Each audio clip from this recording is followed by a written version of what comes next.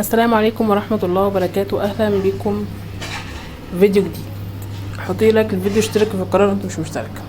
النهاردة هنتكلم مع بعض عن التلقيح وعن رمية الكلام وعن حاجات كتيرة بتحصل.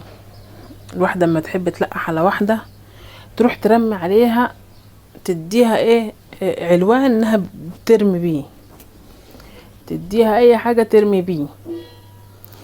فالتلقيح ده مش عايزه اقول لكم التلقيح ده بتاع ايه، يعني بتاع الناس اللي هي الشوشو. عارفين يعني ايه الناس الشوشو؟ بجد التلقيح دي بتاعت الناس اللي هي الشوشو، اللي مش محترمه، اللي مش متربيه. بجد انا كتير شفت تعليقات كتيره جدا عن ناس بتشكر في زاهية وناس بتشكر في حلمية. احنا قلنا خلاص كده والموضوع انتهى وربنا يصلح حالهم جميعا، وبلاش تلقيح بجد على بعض. التلقيح انتوا يعني طلعتوا نزلتوا ورحتوا جيتوا، انتوا مهما كان اخوات. انا لحد دلوقتي انا مستوعبه انك انتوا ازاي اخوات. على اللي بشوفه ده بجد والله، اللي بشوفه دوت انا مستوعبه ازاي ان انتوا اخوات. فاخوات من لحم ودم، صح؟ يعني يعملوا كده، يشرطوا في بعض كده، خلاص. بلاش تلاقيه بقى. كل واحدة شافت مصلحتها، وكل واحدة شافت قناتها، وكل واحدة شافت كل حاجة. ليه انا بقى اطلع واتريق شوية، اقول جات لي هدية، اصلا انا غنية اصلا؟ ليه يا بنت الناس؟ ما احنا قلنا خلاص وربنا يصلح حالكم، وكل واحدة تشوف رزقها، وكل واحدة تشوف قناتها. ما طلعش بقى اتقصع في الفيديو، اصل انا مش عارفة ايه، اصل انا جات لي هدية، اصل انا غنية، وتعالى يا مصطفى شوف انا بقيت غنية، اختك بقت غنية، والجو ده. بلاش التلقيح دوت بتاعت الناس الشوشو. مش عايزة اكمل بجد الكلمة. التلقيح ده اوسخ حاجة. انا عندي تيجي قدامي وتقولي لها انك انتي كذا في وشها، ولا تطلعي تلقحي. التلقيح دوت جاي من ورا خوف. انتي خايفة تتكلمي في وشها، ليه بتلقحي من وراها في قفاها؟ بتطلعي في كل فيديو ترمي بالكلام، وكل عنوان فيديو بيدل على التلقيح بتاعتك خالص. لو حد بص في العناوين الفيديو بتاعتك من بعد مشكلتك انت واختك، تلقيح بجد. تلقيح فظيع قوي. انا لو جبت لكم سكرينات بالعناوين الفيديو بتاعتها فظيعه. ده شغل تلقيح. يعني دلوقتي انا لو واحده ما بكلمهاش، سيبك من اختي بقى، يعني انتوا اخوات مش عارفه بتعملوا كده في بعضكم. انا واحده ما بكلمهاش وخلصنا، والمشكله خلاص بتاعتنا فضت، وكل واحد راح لحاله. اقل كلمه هتتقال هتقول دي لقحت عليا، هتاخد الكلمه عليها. انت بقى يا حلميه، يا زاهيه قصدي، انت طالعه بعناوين تلقيح. مش اي يعني بصي، ممكن تكون اختك عشان على نيتها ما بتقرأش وكده، بس بنتها بتعرف تقرأ العناوين وكده، وتبص وتشوف هتلاقيك انت ملقحة بالكلام. ما اعرفش بقى، الله اعلم انت بتلقحي عليها، بس اساس انها على اختك وعلى المتابعين، على الناس اللي عمالة تنتقدك. طلع تقولي ربنا ما يشمت فيا حد، ربنا يبعد الغراب من عندنا، ربنا مش عارفه ايه. يعني انت يعني الصراحه متزعليش مني، انا من الفيديوهات اللي اتفرجتها عليكي بعد المشكله والكلام دوت، بحسك في كل فيديو بتطلعي تتكلمي بغل. كل فيديو بشوفك بتطلعي بتتكلمي وانت مغلوله، عايزه ترشقي، عايزه تفشي. اطلعي فيديو اعملي بس مباشر وفشي براحتك، وترشقي براحتك، واعملي انت عايزه تعملي براحتك. لكن اللي انت شغل التلقيح دوت الصراحه ما مش بياكل عيش، او معنى اصح ممكن يكون بياكل عيش معاكي انتي، عشان تلمي متابعين، عشان تلمي جمهور، عشان تلمي ناس، بس مش اكتر ولا اقل. عشان تلمي مشاهدات. فبلاش تلقيح يا حلمية يا زاهية، مش عارفة بقولك حلمية ليه، لانه انتوا اخوات. انا مش قادرة استوعب انك انتوا اخوات وبتطلعوا تشردوا بعضكم. اختك غلبانة، خد اختك تحت باطك، خد اختك، خليكوا اخوات، حبوا الخير لبعضكم، اطلعوا بمحتوى مع بعضيكوا. هي روتين وانت روتين، اعملوا محتويات يعني كل واحد تعمل المحتوى اللي هي عايزاه. انتوا ما بتطلعوا محترمين خلاص. حط اختك تحت باطك كده وخليكوا كويسين جدا. ما اطلعش اشرط في اختي كل شويه واطلع القح وانتوا عارفين في اخرتها انتوا مش هيحصل الا لما توقعوا لكم حد. انت معاك عيال وهي معاها عيال، انت معاك زوج وهي معاها زوج، فكل واحد يبص لحياته، كل واحد يبص لدنيته. ما اطلعش اقول واعيد وخلاص. هي سكتت صراحه. انا من اختك سكتت، ما بقتش اطلع ولا لقح ولا اقول ولا عيد ولا الكلام ده خالص. انت ليه تطلعي تاني وتتكلمي انت بقى انت عايزالك بقى ايه؟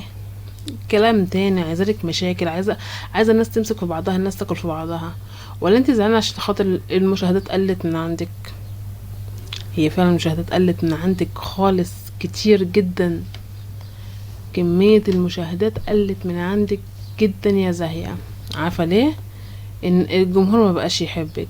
الناس كلها ما بقتش خلاص خدت جنب منك. انا عن نفسي انا كنت متابعاكم من بدري، لما عرفت القصص والحكايات والروايات بتاعتكم دي بعدت عنك خالص خالص. بس بشوف عناوينك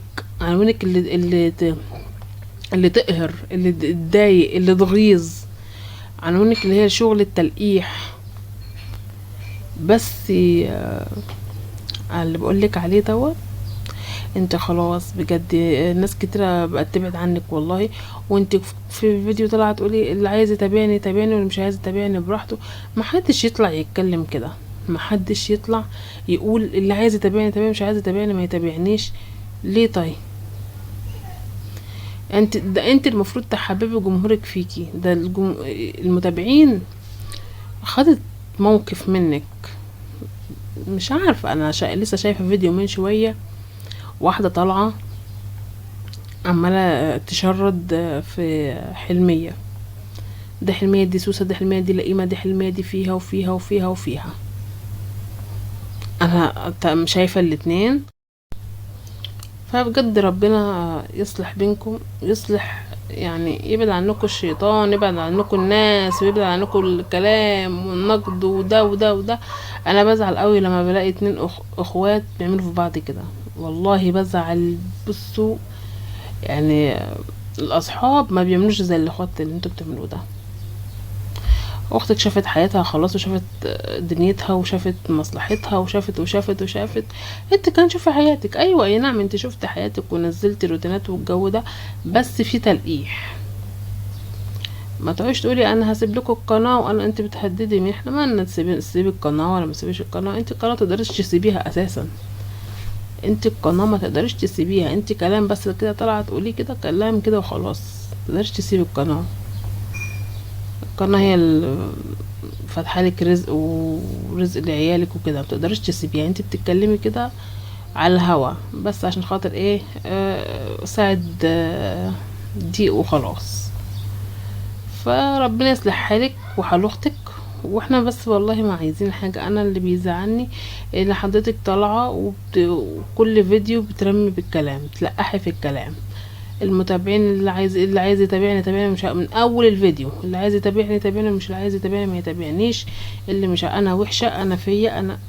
خليكي في محتواكي، وخليكي في الطبخ اللي بتعمليه، وخليكي في الفراخ اللي بتجيبيها، وخليكي في الزرع اللي بتعمليه والتوت اللي بتاكليه والجو ده. خليكي في كل ده، سيبك بقى من اي حاجة تانية. ما اطلعش انا واقعد اقطع بقى واقول كاني وماني بس ارجع اقول العيب على المتابعين اللي بيتابعوكي، ان بيشوفوا عنوان زي دوت ويدخلوا. انت في كل عنوان يا زاهية بتلقحي تلقيح ايه محترم. فاكرة الناس ما بتفهمش، ولا الناس ما بتحس، مش بتحس ولا ايه؟ بس للأسف الناس بتفهم وبتحس. حرام اختك الغلبانه دي، والله حرام. أنا ليه افضح اختي قدام الناس كلها؟ ده انتوا البلد بتقولوا، انتوا طلعتوا في الفيديو تقولوا ان البلد بتاعتكم كلها متابعاكم. وانا يعني انا موقف جوزي ايه ولا موقف عيالي ايه لما يلاقوني مثلا عماله اتكلم على اختي بالطريقه ديت، ولا اتكلم على موقفكم ايه بالله؟ لما يجي واحد من بره ولا حد من نفس البلد بتاعتكم مثلا يتقدم لبنتك يا حلمية او انت يا زاهية، لما يجي مثلا عيالكم مثلا يجوا يتجوزوا يتقدموا لحد، هل اهاليهم هيرضوا ان يجوزوا عيالهم لناس طالعة تشرشح بعضها في النت وفاضحين بعضيهم والجو ده؟ في ناس ترضى بكده؟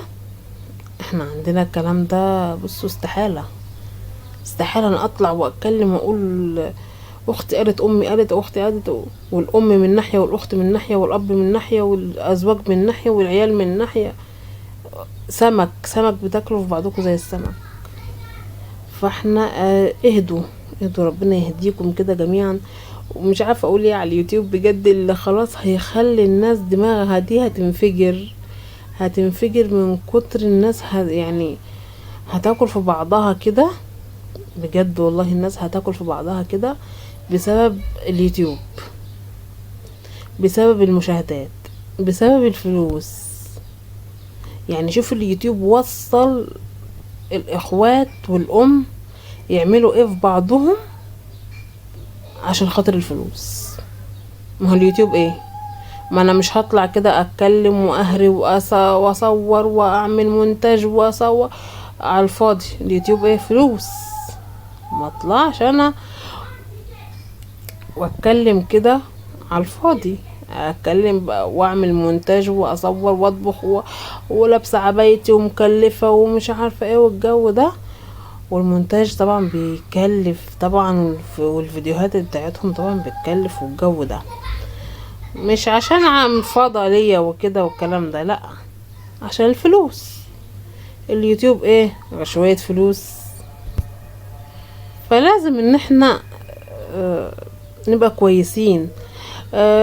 كل الناس شغالة في اليوتيوب وكل الناس شغالة بمحتوى محترم، وانتوا محتواكم محترم، محدش يتكلم ولا حد قال اي حاجة، بس بنتكلم في نقطة شغل